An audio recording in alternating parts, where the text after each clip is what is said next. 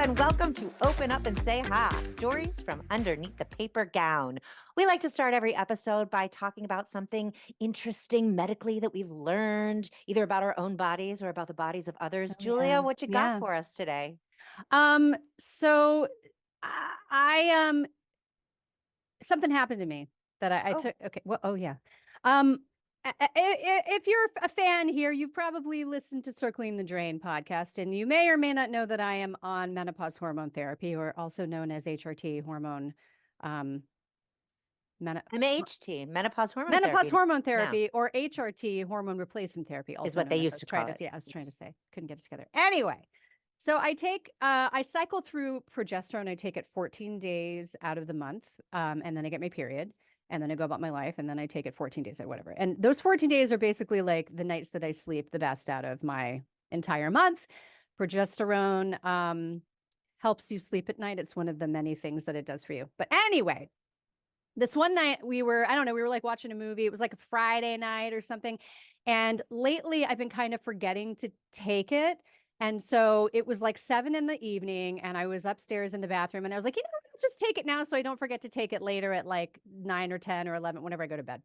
And so I went ahead and took it, and we like ate dinner, and then we were watching a movie. And like halfway through the movie, I was like, I feel great. I was like, how you doing? And I was like,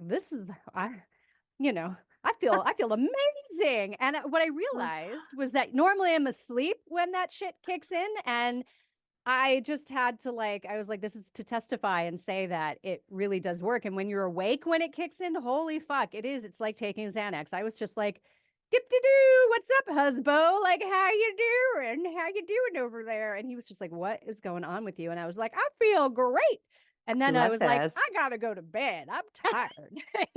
At like 9 o'clock. But lesson learned. I was like, all right, right on. I guess the shit is really working, people. So you know what? On another time we've talked, you've mentioned I just wonder if you could, can you take it for other things? Like, could you take it when you feel that PMDD coming on? I'm already taking it. Oh, I suppose, right. Yeah. And I don't think it's a good thing. I don't think it's a recommended thing to take during the day, because the eventual outcome is sleep. Falling asleep. And if I took it during the day, it would just be like happy, and then dirt nap in the middle of the day. And I think that's a terrible idea. I can't do that when I'm teaching. Sure. This is why I'm not a doctor. Same. Not a doctor. Well, what's yours, Ellie? Tell me. In my family, you can take good care of your teeth, but sometimes if you're genetically predisposed to I'm just going to call it bad teeth, because some people do all the things and their teeth give them problems. Yeah. My poor husband was having a toothache, and went to the dentist, and the dentist took a quick look at it and said, you've got something called resorption. And of course, my husband was like, this is a new word. What the fuck is that? And in layman's terms, resorption is basically the tissue of his tooth is eating itself.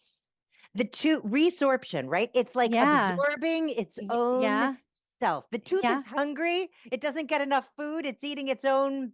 That's not true. But basically, so they were like, so we think the way to fix this, excuse me, is a root canal. And you have to go to a special other root canal doctor. Makes the appointment. He goes to the root canal doctor that he's been to before. And thankfully, the root canal doctor is a real honest guy and took a deeper dive and a deeper dive and a look, and was like, oh, see all this? See all this darkness? See all this gray showing up? This is so sexy. My husband's going to hate this. On this x-ray, this is beyond a root canal. You need this tooth out.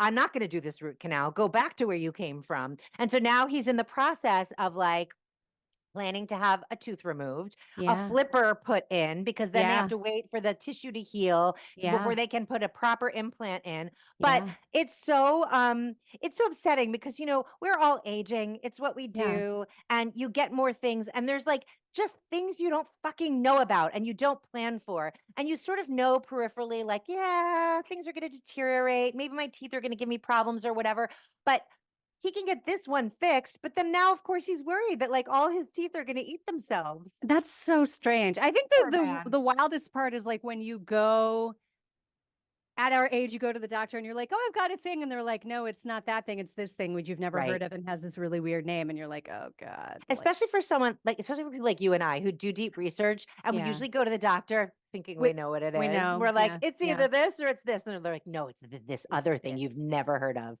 It's a floobitty-boop. And you're like, fuck, why'd I get that? I don't need a floobity boop. No one does. No one does, Ellie. It's not useful. Hey, Ellie. Yes, Julia. Speaking of floobity-doops. Okay. Guess who we have on the pod today? She's a real floobity-doop, She's a real isn't she? floobity-doop, isn't she? No. Oh, Abby, forgive us. No, we don't even know. Floobity-doop could be a very good thing. I'd love for It a doctor to is. be like, you don't have this, you have a floobity-doop, and it is excellent. It's going to change your life. Your floobity-doop is perfect just the way it That's is.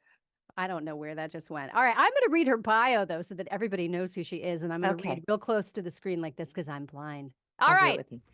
Coming to you from Frankfurt, Germany, we have Abigail Paul, a dynamic performer and BBC Writers' Room Popcorn Award nominee, who Theatre Weekly said lights up the stage. Abigail's cerebral and confessional comedy style has graced renowned festivals and stages such as the Laugh Factory, Edinburgh Fringe, and the Leicester, Ellie? Leicester Comedy Festival. There we go. Her passion for languages and cultures endears her to audiences of all backgrounds, charming audiences from London to Barcelona. She is touring now with her upcoming solo show, Miscommunication, which premieres at Brighton Fringe in May of 2024. And we've known Abigail forever. You may remember her from Circling the Drain podcast. She is a delight to have on, and I'm really looking forward to talking to her because it's always a good time. Always a good time. Yeah. Floobity-doop. Floobity-doop.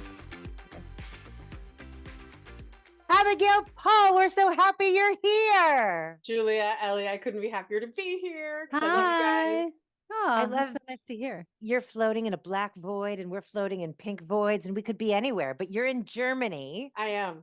Yes. And we're not. We're not. All right, Abigail, we have a question for you. Okay. Abigail, what kind of patient are you? The worst.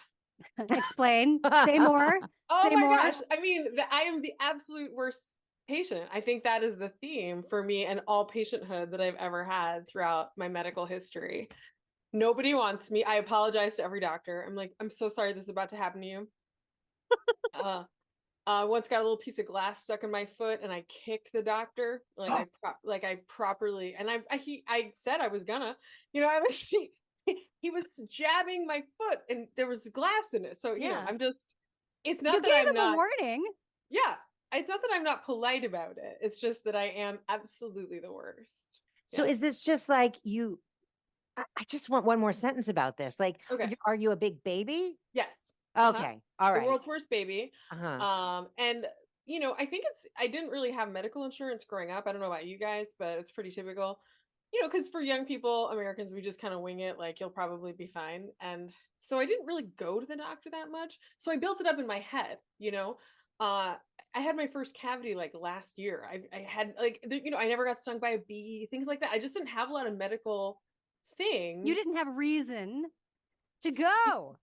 Right. And then you build it up in your head. But like, even the very first thing I did was getting some sort of like what do you call those? Vaccination. Yeah. They're good. We love them.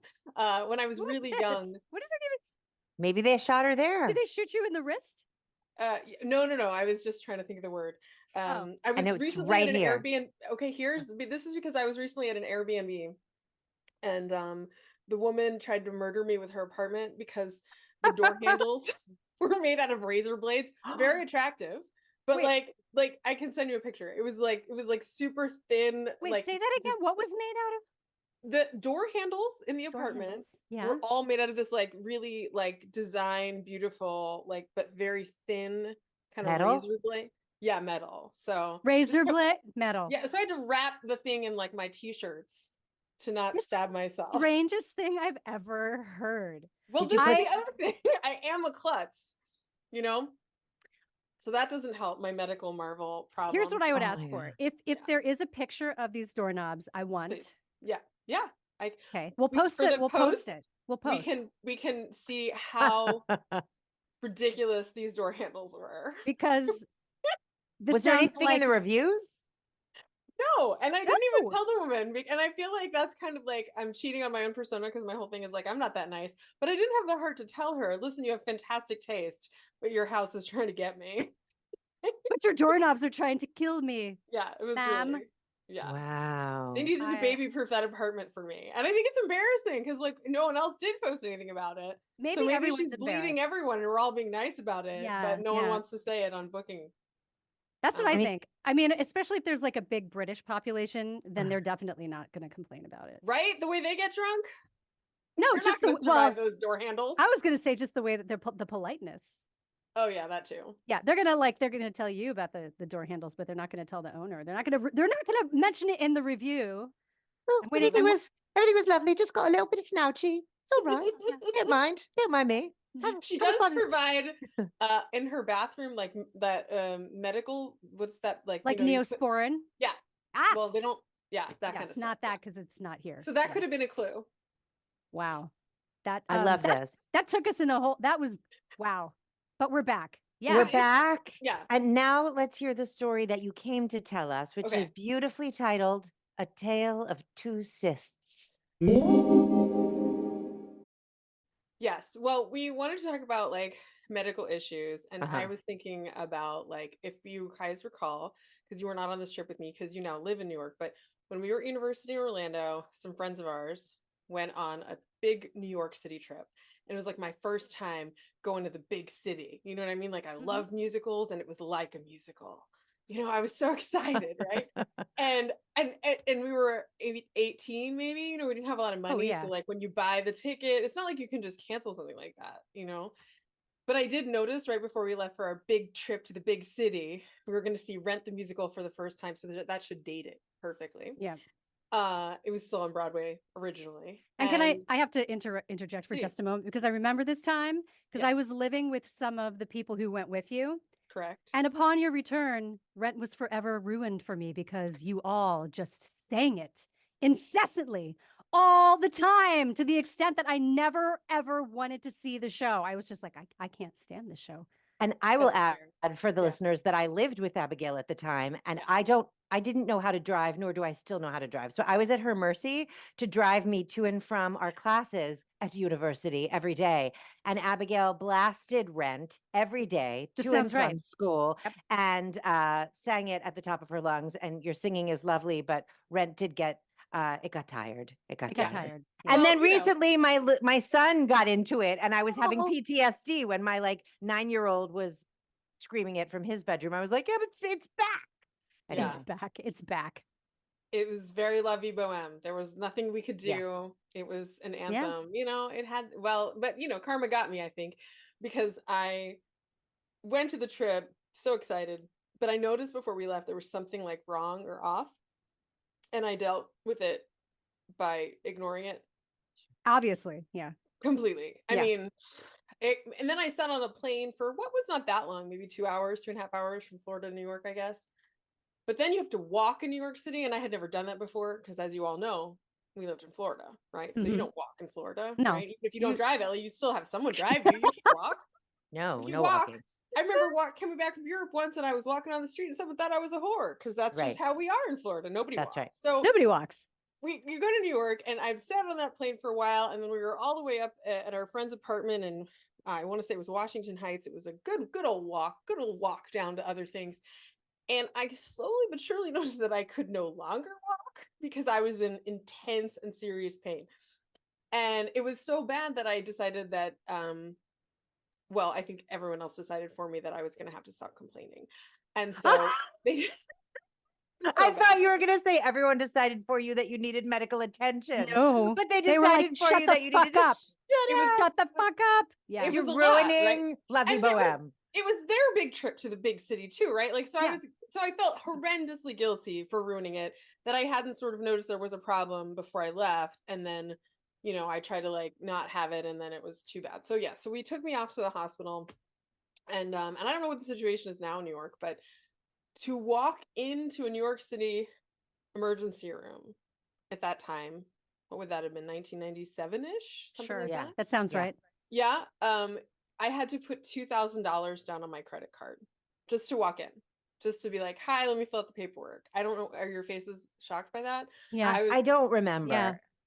Yeah, I Well, didn't have health insurance. Because you remember? didn't have health. Right. Yeah, because you didn't have health Right. insurance. Yeah. So, yeah.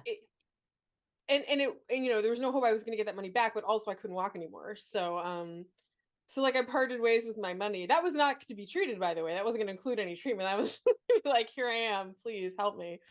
So I went, and again, all my friends should have been out walking around the city and eating whatever it is in the Big Apple. I don't know, and I just was Street ruining it. meat. Yeah, having street Water meat, dogs. Yeah. But instead we were all in the New York City emergency room. It was Columbia, and there was like no visible roof. It was like terrible. It's a terrible I've been time. there. Very, very big bummer. No pun intended. So, yeah. And then I got my very first doctor, probably not my first doctor, but one of my first doctors, because I hadn't had issues really or been to doctors, and he was so hot. And I found Of that course. extremely Wait, unpleasant. there's a pattern here with you and like hot doctors. Oh Have yeah, you my noticed? other yeah, I've had a lot of hot doctors, but this was my first one. Oh, your first one. It was on my ass, the problem, right? Yeah, I was about to say you should probably tell everyone where the cyst. Right. Yeah, well, the reason I couldn't sorry. walk was because I didn't know at that time. I just because he was behind me, and I just knew that I couldn't walk anymore. So anyway, he looked at it and my butt, and he said that and my girlfriend was with me, and she was also very young and attractive, and I noticed that as he was looking at my butt, they were kind of making eyes at each other. And then he went out to like go do a procedural problem or something, or like check on something else. And I was like, girl, you are dating and I am dying. That's not cool. Anyway, it turned out to be a pilonidal cyst, and there's nothing you can do. But oh no. And this is a cyst, if I recall, this is like sort of at the very like the top above the crack of your ass, right? It's like the base of your spine. It's like a coccyx. Yeah, kind of a spot. If I'm honest, he must have done something, because I was able to walk after this. So he treated it somehow. Yeah. And then it turned out that I just had to, and to this day, I take so many baths because I just have to always eat. I don't think it ever really kind of goes away. If you had them, you could get another one. So I just have to keep it incredibly clean and like make sure that nothing bad ever happens to your butt crack. I don't know what I'd done to my butt crack to get it in this condition, but it's all fixed now. And the Germans are like, just take a sitz bath. You just sitz bath. No, this is America. This is all in America. No, but they say it here too. Oh, really? Yeah. Oh, okay. Yeah. So that was my first like major cyst. And then you guys know I moved to Germany in 2001. And for no better reason than I just thought it would be fun. Germany, take that in. So I just thought it'd be fun. And but what it turns out is like human rights are super fun. I love them. They're Same. really, really good. Health insurance being the number one human right that I'm in love with, because now it was this freedom to like have as many cysts as I want. And so I guess my body was like just ready to get on board with the cysts. Yeah. So I don't remember like how I had the bravery to have a gynecologist appointment. I don't know, but I did. And I went to my first gynecologist appointment in Germany.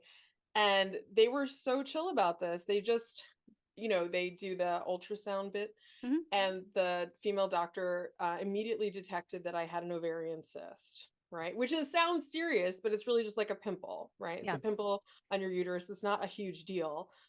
And she was very common, and they're typically on your ovaries, not on your uterus. Oh yeah, that's correct. Yes, It was like an ovarian cyst, right? Yeah. It was like in that general. Yes. Area. It's all, it's there. Yeah. Connected. Yeah. Sure. And what killed me though was she was just like, okay, so we found this cyst, and so we can probably get you into the hospital on Thursday.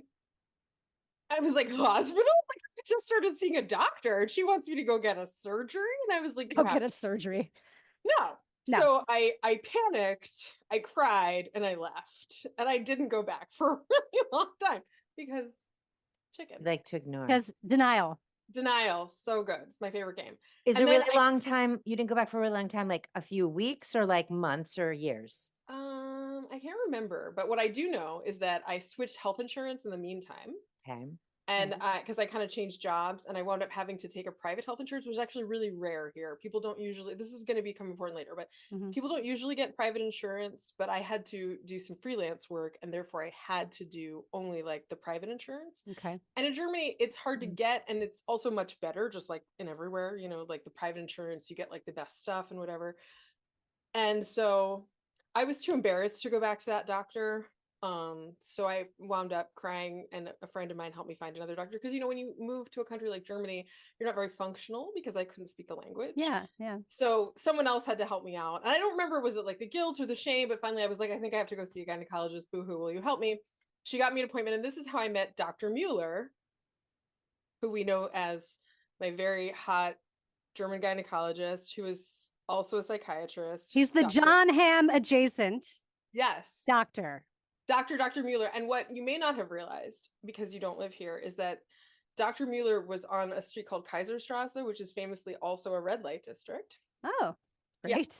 Yeah. And there is also on that same street, Dr. Mueller's Blue Kino, which I think is international. We all get what that is, right? Blue Kino? Blue Kino. We don't get that? Okay. No. Blue Kino is like it's a whorehouse. Okay. All right. Shop. Kino here is a gambling game. A brothel. Oh. A Kino, like in a lot of places, is the cinema. So Blue Kino is like a brothel. A brothel. Right. A dirty cinema. It's a dirty cinema. Correct. It's a dirty cinema. So I think, I haven't been inside, me personally, but I think it's like a sex shop, a dirty cinema, and there's like a brothel on the back, right? Okay. But I do remember it's a one-stop shop. Yeah. Love it.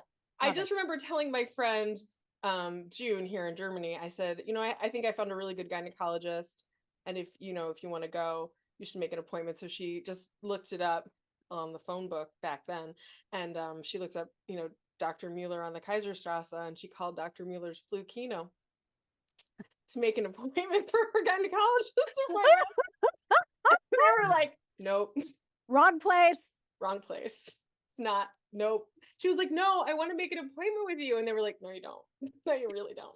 So anyway, Dr. Mueller, I went there, and I had to explain to him that I was the worst. I put it out in no uncertain terms. I was like, I want you to understand what I do. I run away. I cry. I can't handle this. I might kick you. Yeah, I might kick you. They told me I had to have surgery. That was very rude. I can't. And he was like, I understand. Very, you know, I told you he's a psychiatrist, so he did some Jedi shit on me. Yeah. So I would keep coming back, and he was like, Frau Paul, we're just gonna watch it. And I was like, okay, that sounds good. I'm into that. Let's watch the cyst. Watch it. I don't want to deal with this. I just want to watch it. But then I think another full year went by, and we were watching it get bigger and worse. And he was like, it is now time to remove the cyst. Like we've moved out of the watching stage, and we are now in the doing stage. Right. But I think emotionally I had adjusted to the reality that I was likely going to have the surgery. And it was a keyhole surgery. So it was like laparoscopic. It wasn't not major. Right. Yeah. Not a Kino surgery. No. Not a Kino. No. Keyhole. So like he was really good at reassuring me. I was like, there's several hospitals in the area, and he was like, I'm sending you to this hospital. This is where my wife went to the hospital. Like, this is a hospital you're going to. So I felt quite reassured. He understood my needs. And I wound up at the hospital where you have to start the whole process again with new people. You know, Dr. Mueller's not there anymore. And you have to go to the pre-op stuff, right? Yeah. And so my pre-op doctor just comes around, you know, asks you some standard questions, and then she whips out this giant binder. Germans love a binder. If they can file it, well, they love it. So, and she just opens the big binder, and she's like, so this is what's going to happen. And she starts flipping through the binder with fucking pictures of the surgery, of the insides, of what like they're going to do to me. And I was like, do you want me to go through it? Are you crazy? Like, shut that binder. I shut that binder. I didn't throw it, but I really was like, why would you do this? And she was no binder.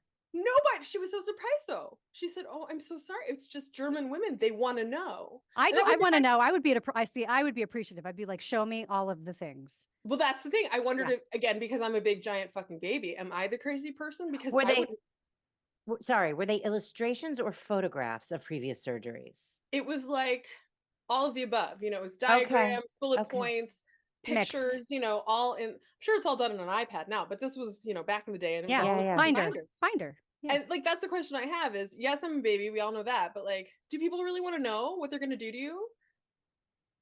Well, Julia, look, you would obviously want to know. I do. I like to know, but visuals are not my thing. Like just a quick digression. Julia Yeah. knows this. When I was giving birth, the doctor asked me, she said, it's helpful if we wheel up a big mirror and you can like take a look and like make a visual connection between what's going on. I was like, I don't really think I need that. Like I have a good mind body connection. I'm good. She was like, some people just really like this. Like, let's just try it. She wheels up a giant mirror. I sit up and I look and I see all the business in a very beautiful state. And I take one look at it and I was like, I'm good. Take it away and like get rid of the mirror. So I want to know, but I don't need to see. Like even on TV, if they're showing surgery, even if it's like it's clearly fake, not even a real surgery, like dramatized surgery, I have to look away. I don't like it. So I can understand wanting to hear what's going to happen. Maybe you don't want to hear it or see it. I wanted to go to bed. Abigail doesn't want any of it. She wants magic. The anesthesiologist was like, listen, by law, I have to tell you what's going to happen to you. And I was like, I'm going to sign that document that says you told me what you're going to do to me. And you're not going to tell me because otherwise this isn't happening. Because I can't hear about it. I don't want to know about it. I'm very like, no. You want a magician and you want like David Blaine to make Frau Cysts disappear. Correct. Got it. And again, once you get into the hospital, then they're they have to do all these exams, and I was worried like they were going to be like ragging on me for my weight or whatever, because I felt like American doctors might do that. And then I remember like at the pre-op, all that kind of the procedures, and I remember this German doctor said to me, he was like, Frau Paul, it is more, but it is not too much.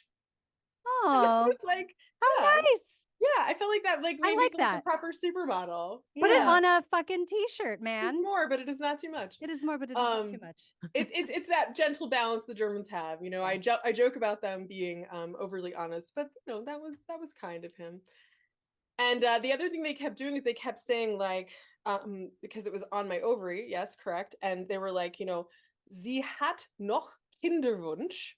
She has, I can't say it in English so well, noch meaning she has more or another, Kinderwunsch, clear, yeah, wish for children, right? So it was like they kept her like saying like, we don't want to remove the cyst, careful, or we don't want to remove the ovary because she hasn't had children.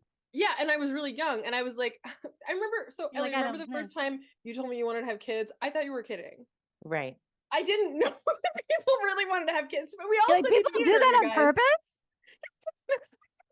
Like, I don't really want to have kids. I'm just like, I want to keep my ovary. Yeah. Like I didn't, and I want to do anything with it. No, and it was really irritating to me after like 15 Germans were like, sie hat noch Kinderwunsch. And I was like, or maybe she just likes her ovary. Leave her Kinderwunsch out of all this. But like, I'm very careful about my Kinderwunsch. And then I had the laparoscopic surgery, and again they in order to make space in there, which I gave them a good canvas, kids, but they have to blow up your whole belly full of air in order to get in there with their little robots and tools or whatever. And and they were not wrong. Like once you recover, like once you wake up from everything, it's not that bad. But what the bad part was the gas that they put inside of you. It's not like your gas, but like they fill you with air. They feel it was horrendous. That was the worst part. I couldn't fart. I couldn't get it out. There was no belching. I was just like, I would fart on anyone right now to get this shit out of me. Get this out of me. What you needed was the doorknob from the Airbnb to just stab it and just like let all the air out like a balloon. Yeah. Oh.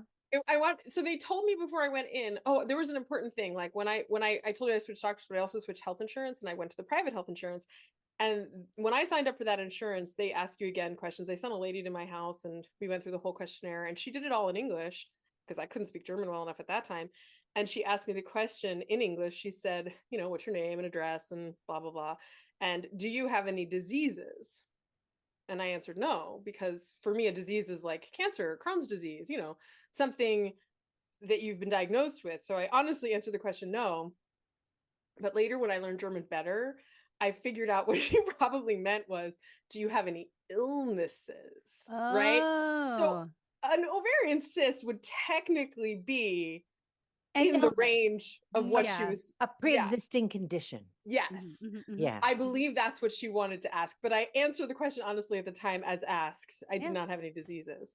So anyway, I was in the hospital, and they said it would take 4 days, but it wound up taking 6. It was just like a couple extra days for everything to be like extra good. But also because I was on the private insurance, you get to see the Oberarzt, which is the top doctor. No, they call him Ooh. the chef arts because chef means boss. So the boss doctor was coming in to check on my Kinderwunsch, and I was getting like all the best treatment, right? Because I had that private insurance. And like I said, very few people have it here. It's like either freelancers or the top 10%, right? Yeah. So they treat you well. I had a private room, like everything, she. But I got the 2 extra days, and then I went straight back to work on the Monday after like I had my 6 days in hospital, and then I went back to work on Monday.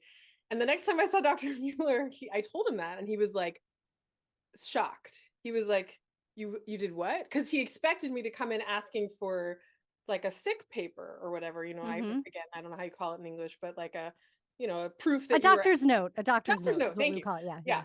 Yeah, exactly. And I didn't, because I went, you know, like I just wanted to go back to work and earn money because I'm American. That's what we do. And he was like, Frau Powell, in this respect, you are very brave. No German would ever do this. Go back to work after being in No German hospital. would ever go back to work after being in the hospital. That's I was crazy. thinking of all the women who go back to work at 5 minutes after being pregnant. I'm like, Yeah. this is what we do. Like you know, we don't have a lot of choices. We don't have a lot of choices. So, and I was freelancing at the time, so I was like, I need to make money. I gotta earn money, man. I'm gonna go teach those dangling participles to those Germans because I gotta make money. I was teaching English. It's a real shit job, but that's what I could do at the beginning. So that's what I did. And yeah, so then so I was like I started to like really ruminate about this. Do you have diseases question? And I started getting like more and more paranoid about this idea that maybe I was going to have to pay for the surgery, right? I mean, 6 days over PTSD. Yeah. So I was kind of freaking out. And the way that normal insurance in Germany works for the public, you would never see a bill. You don't know what anything costs. You just give them your card. You occasionally, like, I think if you take an ambulance, it's like 10 euros or 15 euros or some like little extra fee or something. There are certainly things not covered, but in general, you don't see how much anything costs. But in the private insurance, the way it always works is the patient gets the bill and they send the bill on to the health insurance company to be paid. Sometimes they will even like, if it's a small bill, like a doctor visit, you pay for it yourself and then they reimburse you. But with surgery, they just send you the bill. So you have a copy of it. So I got the bill and I was like sweating about opening this letter. And then I opened it. Do you know what 6 days of the Oberarzt protecting my Kinderwunsch costs in Germany? Oh. Can you guess for me? Because I would be very curious what you $35,000.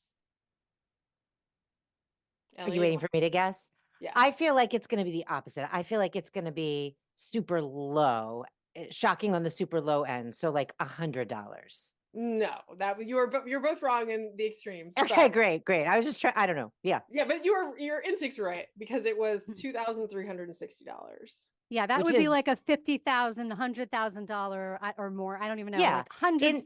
In the U.S. in the hospital.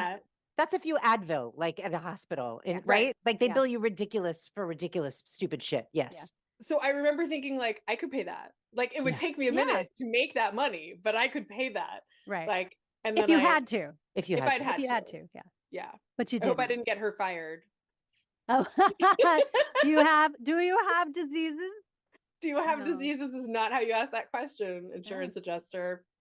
Oh, well. We're all learning. You got away with it, Abby, all these years. I did. Yeah. I got away with it. So that's my tale of two cysts. I love talking about these things because it just always makes me feel like we're all the prettiest princesses. You know? In what way?